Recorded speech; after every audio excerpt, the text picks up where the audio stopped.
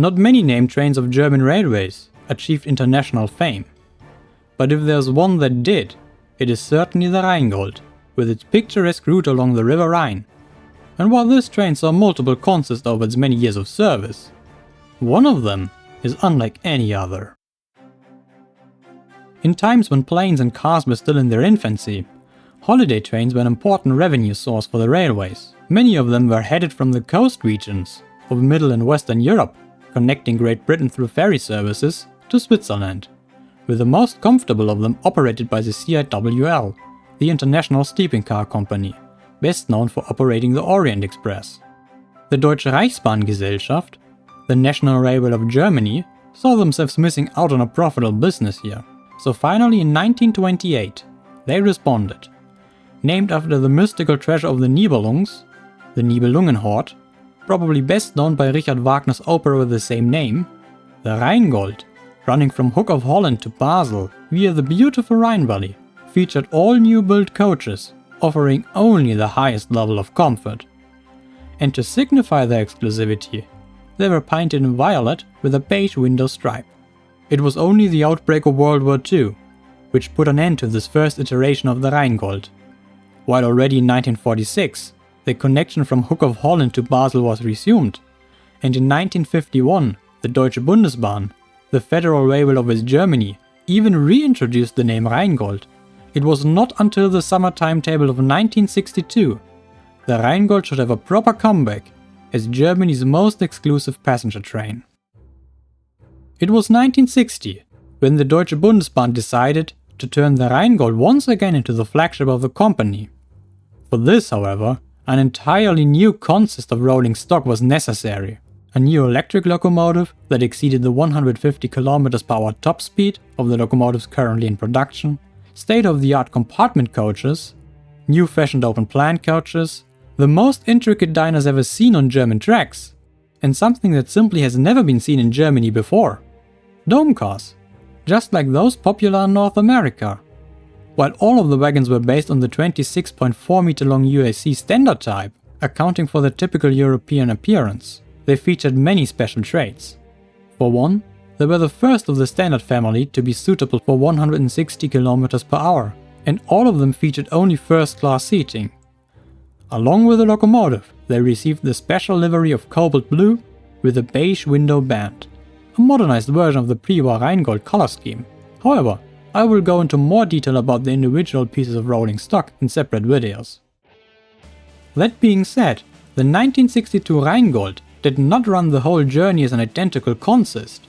Due to different power systems, a Dutch locomotive had to be used between Hook of Holland and Duisburg. Furthermore, even in Germany a different locomotive had to be used for the section between Duisburg and Emmerich am Rhein, which was not electrified until 1966, the glamorous diesel locomotive V200. Besides the locomotive, also the wagon assortment changed along the way. Through coaches were interchanged in Duisburg with the Rheinpfeil, in Utrecht the train was split to also connect to Amsterdam, and the dome car was not allowed on Dutch tracks at all, together with additional coaches responding to seasonal demand. This resulted into a very dynamic consist, and into many headaches while planning the circulations of all the individual wagons. Despite these difficulties, however, the new Rheingold could not only reclaim the top speed of its pre-war forerunner, but was also able to reduce the travel time by several hours. The new rolling stock for the Rheingold was considered so successful that only a year later, the aforementioned Rheinpfeil, traveling between Dortmund and Munich, was upgraded with new rolling stock based on the 1962 Rheingold II. With the new equipment, both of these trains offered and even went beyond the standards of the Trans-Europe Express trains, and as such were integrated into the TEE network in 1965 and received the according color scheme, replacing the dark blue with purple-red. This change happened despite both trains actually not quite fitting into the original TEE concept, due to carrying through coaches, requiring shunting duties midway, as well as a Rheinpfeil never even leaving the German borders and thus not being an international train. When in 1970, the new star locomotive of the Deutsche Bundesbahn, the Class 103, became available, it soon replaced the tailor-made locomotives. In 1972, the double-decker diners were replaced with single-floored ones. And finally in 1976, also the dome cars were dropped and replaced with conventional tavern wagons, causing the Rheingold to lose the last of its signature rolling stock. When in 1979, also Hook of Holland was no longer served, with its ferry connections, the train lost its original cause of existence altogether. Ever since the introduction of the intercity trains in 1971, serving both first as well as second class passengers, the first class only trains faced a declining demand.